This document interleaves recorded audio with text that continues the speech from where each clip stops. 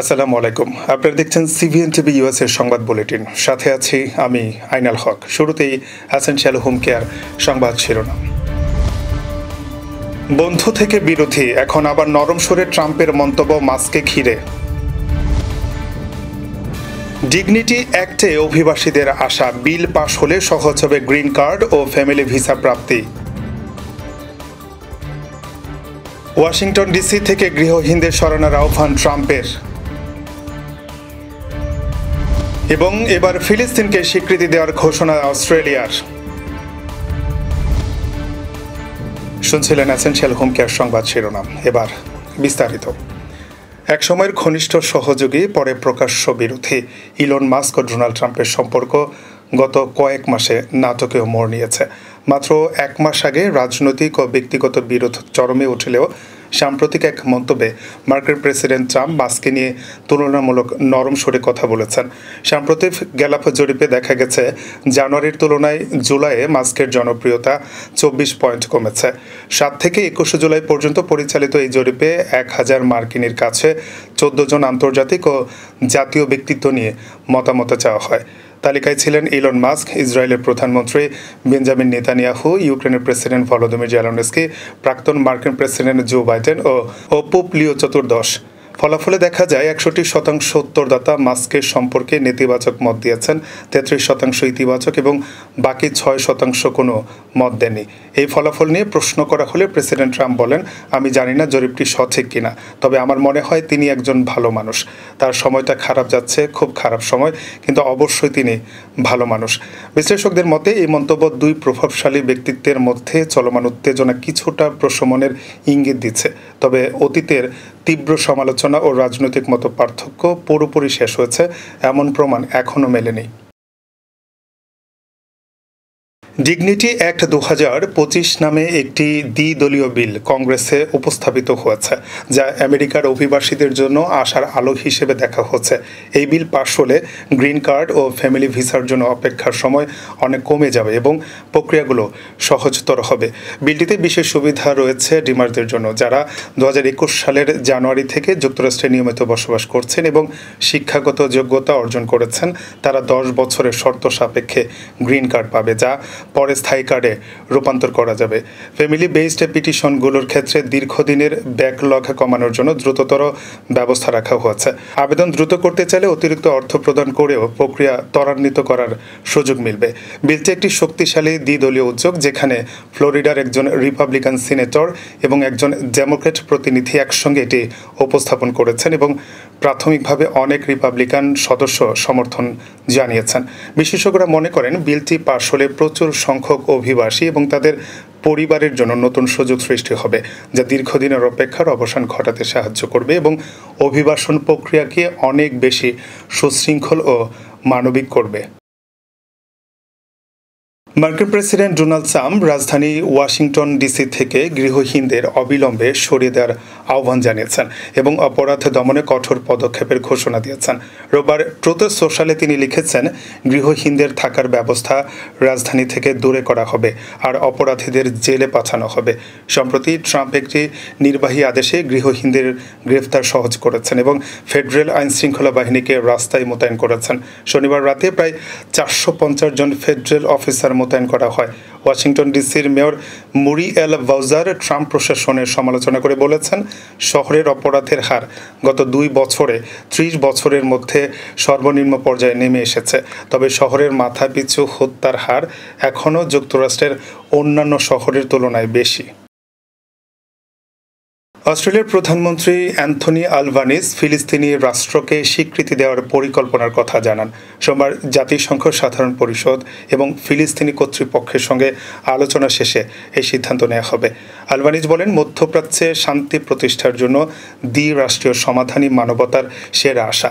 তিনি আরও জানান, ফিলিস্তিনি প্রেসিডেন্ট মাহমুদ আব্বাস নিশ্চয়তা দিয়েছেন, ভবিষ্যতে কোনো রাষ্ট্রে হামাসের কোনো ভূমিকা থাকবে না। এই সিদ্ধান্তের আগে অস্ট্রেলিয়া, যুক্তরাজ্য, ফ্রান্স, নিউজিল্যান্ড ও জাপানের নেতাদের সঙ্গে আলোচনা করেছে। অন্যদিকে ইসরায়েল বলেছে, ফিলিস্তিনি রাষ্ট্রকে স্বীকৃতি দেওয়ার সন্ত্রাসকে পুরস্কৃত করার সমান। গত 2 বছর ধরে চলা ইসরায়েল হামাস সংঘাতে গাজায় হাজার হাজার ফিলিস্তিনি নিহত হয়েছেন এবং আহত হয়েছেন লক্ষাধিক মানুষ। আন্তর্জাতিক অপরাধ আদালত ইসরায়েলি নেতাদের বিরুদ্ধে যুদ্ধাপরাধের অভিযোগে গ্রেফতারি পরোয়ানা জারি করেছে। অস্ট্রেলিয়ার এই পদক্ষেপ মধ্যপ্রাচ্যে শান্তি ফেরানোর ক্ষেত্রে গুরুত্বপূর্ণ হিসেবে দেখা হচ্ছে। এবার কর্ণফুল ইনকাম ট্যাক্স সংবাদ শিরোনাম। বাংলাদেশিদের জন্য ভারতীয় মেডিকেল ভিসা বৃদ্ধি, বাড়ল ফি। তরুণ ভোটারদের জন্য থাকছে চমক, ভোট কেন্দ্রে থাকবে আলাদা বোধ। ফ্রান্সের দীর্ঘমেয়াদী অভিবাসী আটক আইন বাতিল, বাংলাদেশি অনিয়মিতদের স্বস্তি। এবং ট্রাম্পের শুল্কের প্রতিবাদে মার্কিন পণ্য বয়কটের ডাক ভারতে। আবারও স্বাগতম সিভেন্ট বিওসের সংবাদ বুলেটিনে। শুনছিলেন কর্ণফুল ইনকাম ট্যাক্স সংবাদ শিরোনাম, এবার বিস্তারিত। প্রায় এক বছর পর বাংলাদেশিদের জন্য ভারতীয় মেডিকেল ভিসা দেওয়ার সংখ্যা বাড়িয়েছে ভারতের পররাষ্ট্র মন্ত্রণালয়। 10 আগস্ট থেকে কার্যকর সিদ্ধান্তে ভিসা ফি বেড়ে হয়েছে 1500 টাকা, যা আগে ছিল 824 টাকা। ভিসা পেতে চিকিৎসা রিপোর্ট, চিকিৎসকের সুপারিশপত্র, ভারতীয় হাসপাতালের আমন্ত্রণপত্র, আর্থিক সক্ষমতার প্রমাণ ও অন্তত 6 মাসের মেয়াদে পাসপোর্ট লাগবে। মেয়াদ সাধারণত 6 মাস থেকে 1 বছর, প্রয়োজনে বাড়ানো যায়। রোগীর সঙ্গে সর্বোচ্চ 2 জন আত্মীয় অ্যাটেন্ডেন্ট ভিসা নিতে পারবেন। আবেদন ওয়েবসাইটে জমা দিয়ে অ্যাপয়েন্টমেন্ট নিতে হবে এবং অনলাইনে স্ট্যাটাস ট্র্যাক করা যাবে। আগামী ত্রয়োদশ জাতীয় সংসদ নির্বাচনে তরুণ ভোটারদের জন্য বেশ কিছু চমক থাকবে বলে জানিয়েছেন স্বরাষ্ট্র উপদেষ্টা মোহাম্মদ জাহাঙ্গীর আলম চৌধুরী। সোমবার ঢাকা 3 সংসদীয় আসনের একটি ভোট কেন্দ্র পরিদর্শন শেষে সাংবাদিকদের ব্রিফিংকালে এই কথা জানান তিনি। স্বরাষ্ট্র উপদেষ্টা বলেন, এবারে নির্বাচন যাতে উৎসবমুখর ও সুশৃঙ্খল পরিবেশ অনুষ্ঠিত হয়, সেজন্য অন্তর্বর্তীকালীন সরকারের পক্ষ থেকে সর্বাত্মক প্রস্তুতি নেওয়া হয়েছে। স্বরাষ্ট্র উপদেষ্টা আরও বলেন, তরুণ ভোটার ছেলে ও মেয়েদের জন্য আলাদা বোধ থাকবে। তাছাড়া নারী ও পুরুষের জন্য আলাদা বোধ তো থাকছেই। স্বরাষ্ট্র মন্ত্রণালয়ের পক্ষ থেকে নির্বাচনের প্রস্তুতি অনেক আগে থেকে শুরু হয়ে গেছে উল্লেখ করে উপদেষ্টা বলেন, আমরা এরই মধ্যে নির্বাচনী দায়িত্বে নিয়োজিত বিভিন্ন আইন শৃঙ্খলা বাহিনীকে প্রশিক্ষণ দেওয়ার নির্দেশনা দিয়েছে। স্বরাষ্ট্র উপদেষ্টা বলেন, প্রতিটি ভোট কেন্দ্রে বডি অন ক্যামেরা থাকবে, যাতে নির্বাচন সুষ্ঠু হচ্ছে কিনা তা জেলা থেকে ও কেন্দ্রীয়ভাবে পর্যবেক্ষণ করা যায়। ফ্রান্সের সাংবিধানিক কাউন্সিল 7 আগস্ট দীর্ঘমেয়াদী অভিবাসী আটক রাখার আইন বাতিল করেছে। আগে গুরুতর অপরাধে দণ্ডিত বা বিশেষভাবে বিপজ্জনক ব্যক্তিদের 90 দিনের বদলে 210 দিন পর্যন্ত আটক রাখা যেত। এখন আটকের সর্বোচ্চ সময়সীমা 90 দিনে সীমাবদ্ধ করা হয়েছে। ফ্রান্সে প্রায় 1 লাখ বাংলাদেশি বসবাস করেন। তাদের মধ্যে অনিয়মিতদের জন্য এই রায় স্বস্তির খবর। মানবাধিকার সংস্থা লা সিমাদ এই রায়কে স্বাগত জানিয়ে বলেছে, আইন মানুষের স্বাধীনতা রক্ষায় গুরুত্বপূর্ণ। তবে কিছু রাজনৈতিক নেতা মনে করছেন রায়টি জননিরাপত্তা দুর্বল করছে। সাংবিধানিক কাউন্সিলের রায়ে স্পষ্ট করা হয়েছে, অভিবাসীদের মৌলিক অধিকার রক্ষা ও আটক সময়সীমা ন্যায্য রাখতে হবে। ম্যাকডোনাল্ডস, কোকা-কোলা থেকে শুরু করে অ্যামাজন, অ্যাপেলের মতো যুক্তরাষ্ট্রভিত্তিক বহুজাতিক কোম্পানিগুলো বয়কটের মুখে পড়ছে ভারতে। ব্যবসায়ী নেতারা ও প্রধানমন্ত্রী নরেন্দ্র মোদীর সমর্থকেরা মার্কিন শুল্কের প্রতিবাদে যুক্তরাষ্ট্র বিরোধী এই মনোভাব উস্কে দিচ্ছেন। বিশ্বের সবচেয়ে জনবহুল দেশ ভারত মার্কিন ব্র্যান্ডগুলোর জন্য একটি গুরুত্বপূর্ণ বাজার। ক্রমবর্ধমান সচ্ছল ক্রেতাদের লক্ষ্য করে এরা দ্রুত ব্যবসা বাড়িয়েছে। মেটার হোয়াটসঅ্যাপ ব্যবহারকারীর দিক থেকে যেমন ভারতের অবস্থান শীর্ষে, তেমনি ডমিনোজের রেস্তোরাঁ ভারতে অন্য যে কোনো ব্র্যান্ডের চেয়ে বেশি। পেপসি ও কোকা-কোলার মতো পানীয় দোকানের তাক জুড়ে থাকে।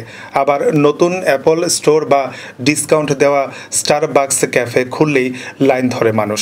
যদিও বয়কটের ডাকে বিক্রি কমে যাওয়ার কোনো তাৎক্ষণিক লক্ষণ নেই, তবুও ডোনাল্ড ট্রাম্প ভারতের পণ্যের উপর 50% শুল্ক আরোপের পর সামাজিক যোগাযোগ মাধ্যমে ও বাইরে দেশীয় পণ্য কেনা এবং মার্কিন ব্র্যান্ড বর্জনের ডাক জোরদার হচ্ছে। এতে রপ্তানিকারকরা ক্ষতিগ্রস্ত হচ্ছেন এবং দিল্লি ওয়াশিংটনের সম্পর্ক চাপে পড়েছে।